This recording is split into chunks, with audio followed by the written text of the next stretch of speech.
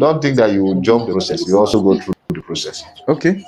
My next question is, what are some of the most profitable investment opportunities in Lagos generally?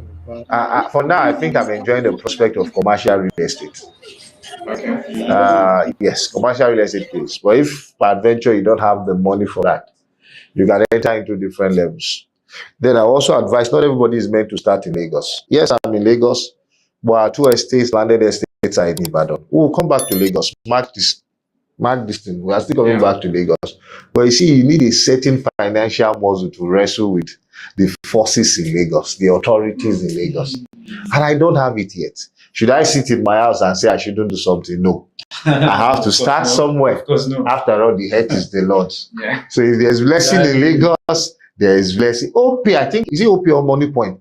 I think not all of them started in Lagos. They went, they muzzled up, and they came to Lagos, and they are doing massively well. So the fact is, for if you have the funds, there are things you can do. And please don't jump into every opportunity because you want to make money. Jump into those opportunities because you see a problem that you want to solve. Most people, why they just make the wrong business? Because they just want to make money. So 5 people have started making money. You jump there and then you are not solving any problem. And then people are not patronizing you. And then that's the issue. So you must be genuinely interested in solving a problem. Once you solve that problem, you will attract money. Do you understand what I'm saying? It's a process. I'm not taking away the fact, but you need to understand your level. Like now, I have faith. I think I have faith as a mustard seed, small faith. But I can't go and price a house of 5.5 billion. Do you understand? But I've started somewhere. Exactly. While I'm still monitoring the Lagos market, maybe we'll come back next year. Now, I want to ask you, can investing in property in this rural area, how does it add to the local economic development? If, for instance, you going to my site, my resort, found out that the road is bad, there is something that awakens that this is a problem. If my client comes and sees this bad road, he may not want to buy. So there's a selfish advice that will come, but begin to think of ways to solve this problem. So sometimes when you engage an opportunity, you will see some of the small challenges that will begin to come up. It's just akin to you starting a business. You may not know all the problems, that small problems and challenges that will come until you engage it. You will now begin to understand that there are things that you should solve. Now, this is why I say that. If you invest in a rural setting, definitely you would have 1 or 2 staffs from that local setting. That's capital inflow into that setting. If you do that, you're also developing. And I'm not talking about fencers, because we have some people that are fencers, they are not developers. And let me throw the shade. I'm against you. You call yourself a developer, you are not developing your host community. Developer is because you should bring development. Exactly. And we are not asking you to do what is more than you, but we are saying whatever you do it genuinely. You are grading road, grade it properly. The others that you are doing first, do first. Nothing that stops you from, you've made a sale of over 500 million from an estate, but you took more than you from that to somewhere else, maybe to your village, maybe to Dubai. I think it's wrong. Sometimes some of our developers have taken money they should even use to develop, need to give incentives, which incentives are good. But the truth of the matter is, once you invest in those places, you will begin to see opportunities that will come that you would use to develop those places. So the opportunities may not even be monetary, sir. Sometimes the car you're driving to that real estate is inspiring a young boy in that village. It's inspiring a young boy in that village. There's also CSR, community service, and there are things you will do. But ultimately, if you take money into a community, by default, you will develop that place. And I hope we will not just put fence there and go.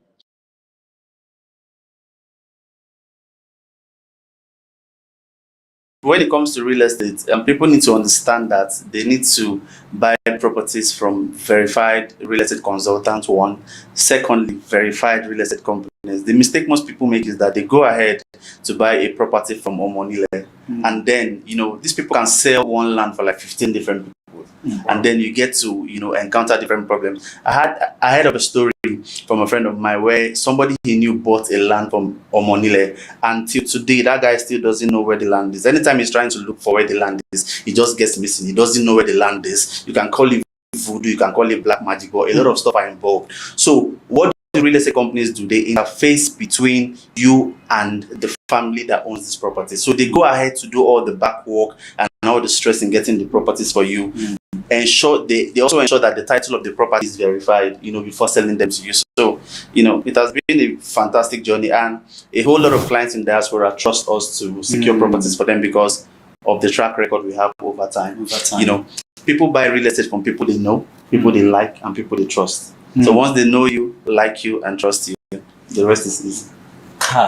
Recently, there has been a massive migration of people from landed property to housing. I don't want to mention realtors, but I just want to say there's been a switch because there has been a major challenge in Lagos whereby a lot of people are looking at seeing that Ekpa is not a scheme that they want, government has vision. I saw a 20-year vision for Ekpe and lots of stuff are coming up. So there is now migration. People are now leaving that sector, like landed properties, especially in these growing areas, for maybe like government and moving into the housing.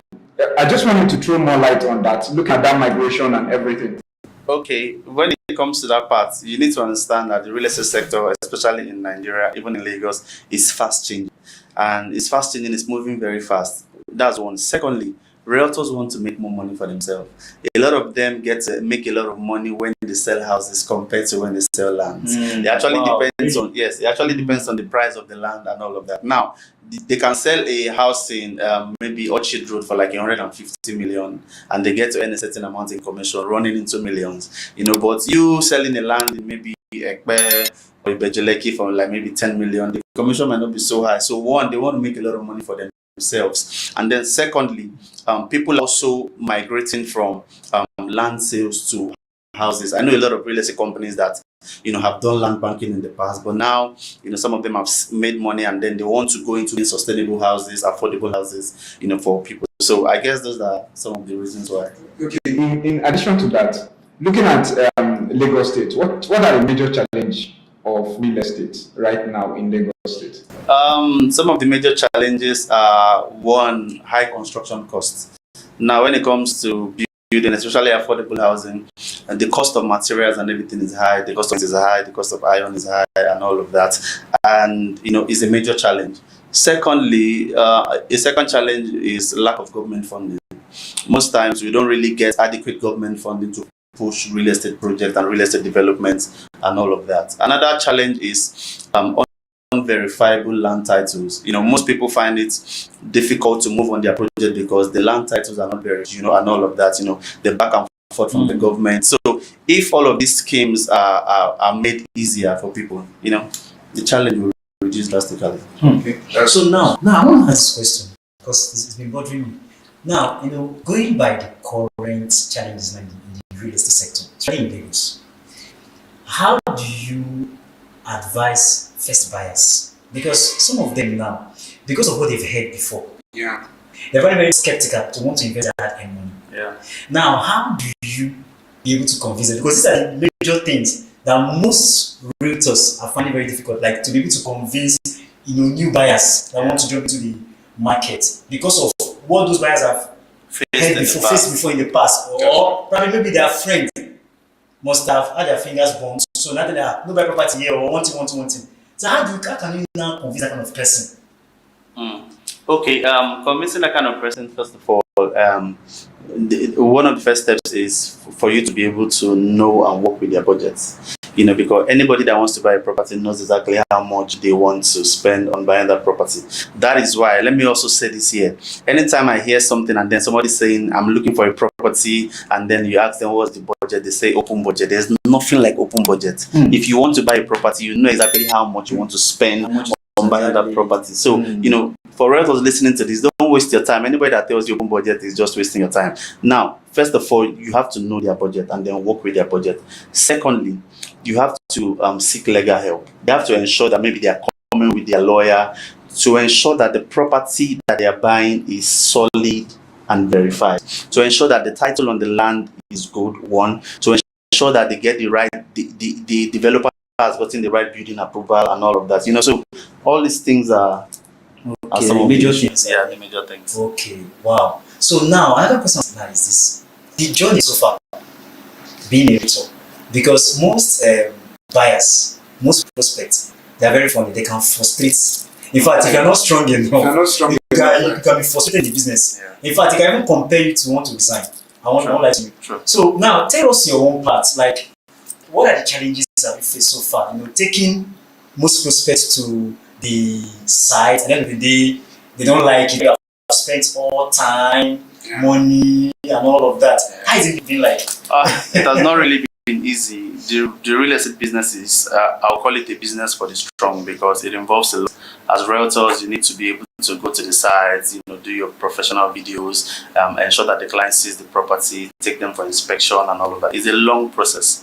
Do you understand? But if you don't have passion for it, you might be easily frustrated. But for people like us that have seen it as a passion or as a duty to ensure that everyone owns a piece of the earth, it's not really too much of a struggle. I've been in the business for like 6 years now. Received several awards, both local and international and all of that. So for me, it's a passion, and the passion now is beyond me. The passion has now gotten into raising a team of people that can also, do this and all of that. So when it comes to taking client for inspections and all of that, at the end of the day, they don't buy. Most times it can be frustrating, because most times you spend your time, you spend your energy, you spend the resources, and then at the end of the day, the client will just say, "I'll get back to you." What are you getting back to me for? And clients listening to this podcast, that the next time I will get back to you from anybody, will get that person arrested.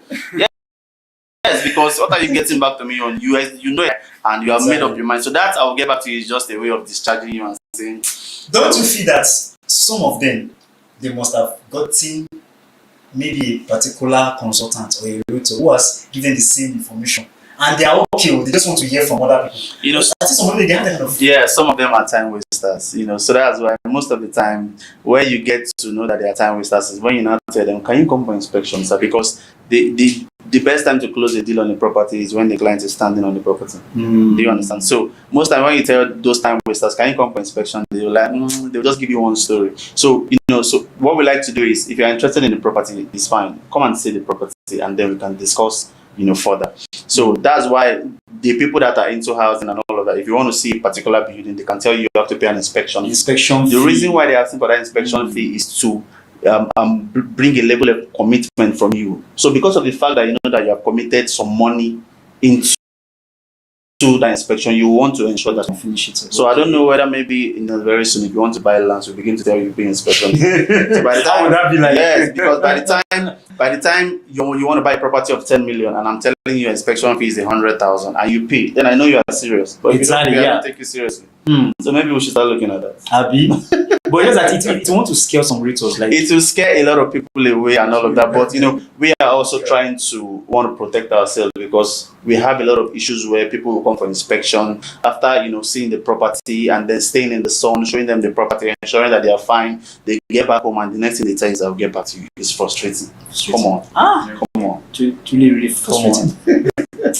So at your opening speech, you made mention of something. Like you said, it's a sector that everybody can venture into. Yes. Talking about the real estate sector. Yes. Now, I'm directing the question to you as the youth ambassador. Okay. Okay. So, there are a lot of youth, especially a country like Nigeria, made up of more than 70% youth. Yeah. So there are many people out there who are doing nothing, who are jobless. And you're saying, okay, this sector does not really require, you'll be trained. Okay, like that. What can you say about this? Like, because we have a lot of graduates out there who are doing nothing, putting a lot of blames to the government. What are we going to do concerning this? I just want you to emphasize on that statement. Come the way you are, so that our viewers and people watching this live now can know, okay, I can actually do this as a business. So I just want you to throw more light on it. Yeah, most the way we have been structured, the way we school go to primary school, go to secondary school, go to university for 4 5 years, graduate, go to NYS, sell, and then look for a job. And then when you look for a job, they now start paying you 100,000 or maybe 50,000 or blah blah blah.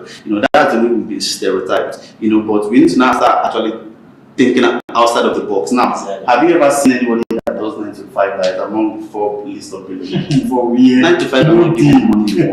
So you have to get into a business that affords you the opportunity to make as much money as possible. I'll come back to this. And that is the real estate. Imagine the land is 5 million naira, and then you sell the property and you are getting 10% of that money as your commission.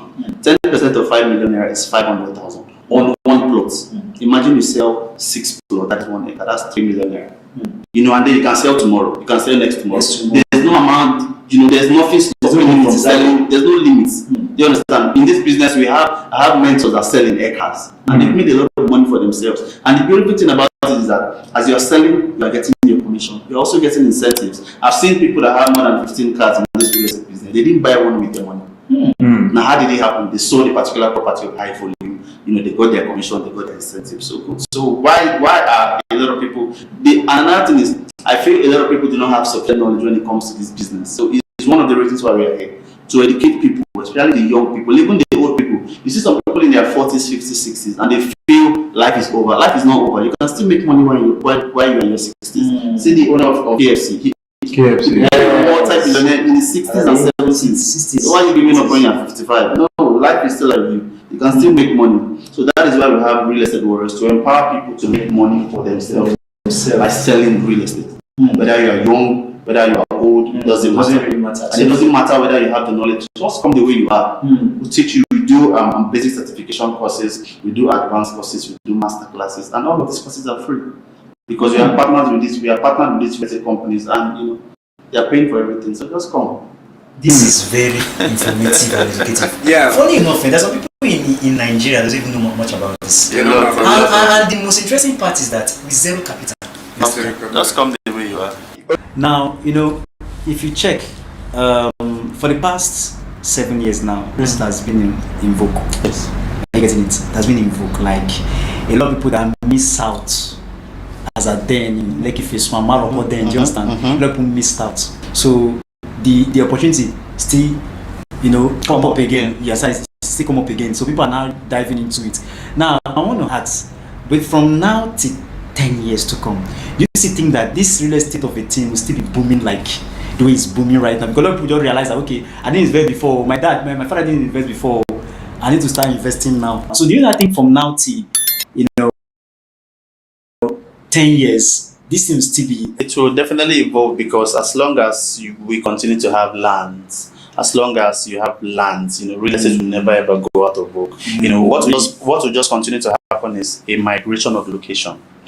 Maybe when a particular location, like the way real estate is, moved over the last 2-3 years, from Lagos, from Ekpe to Ibejuleki. Now people are beginning to cross the Togit and going to Ibadan. People are going to Delta State. People are going to Abuja. You have estates, in a lot of places. So as long as people are ready to key into developing a particular area, real estate can never go out of vogue. So it's not just about a particular location. Now we're also I'm trying to see how we can get estates, in different states in Nigeria. So one of the things that we're also calling for now is partnership. Partnership with people that say, oh, okay, let's have an estate in Nigeria, let's have an estate in Abia State. Something big, something that will contribute to urbanization, something that will contribute, to the growth of the economy, something that will create jobs and all of that. So as far as I'm concerned, real estate can never go out of vogue. It has been a wonderful time with Dr. Desire here in the studio, and it was a wonderful. It's a blaster. I don't know the particular word to use for that. Yeah. So we really appreciate him, Dr. Desire. Really appreciate your coming. Thank you for your time in the studio today. Mr. Anoche Tony, thank you for your time. And you are there. Stay tuned. This is Orange Vibes, and there are more things that are coming up in this platform. And you staying tuned to this will be blessed. Thank you so much. Thank you. Amazing. Thank you, sir. Wow.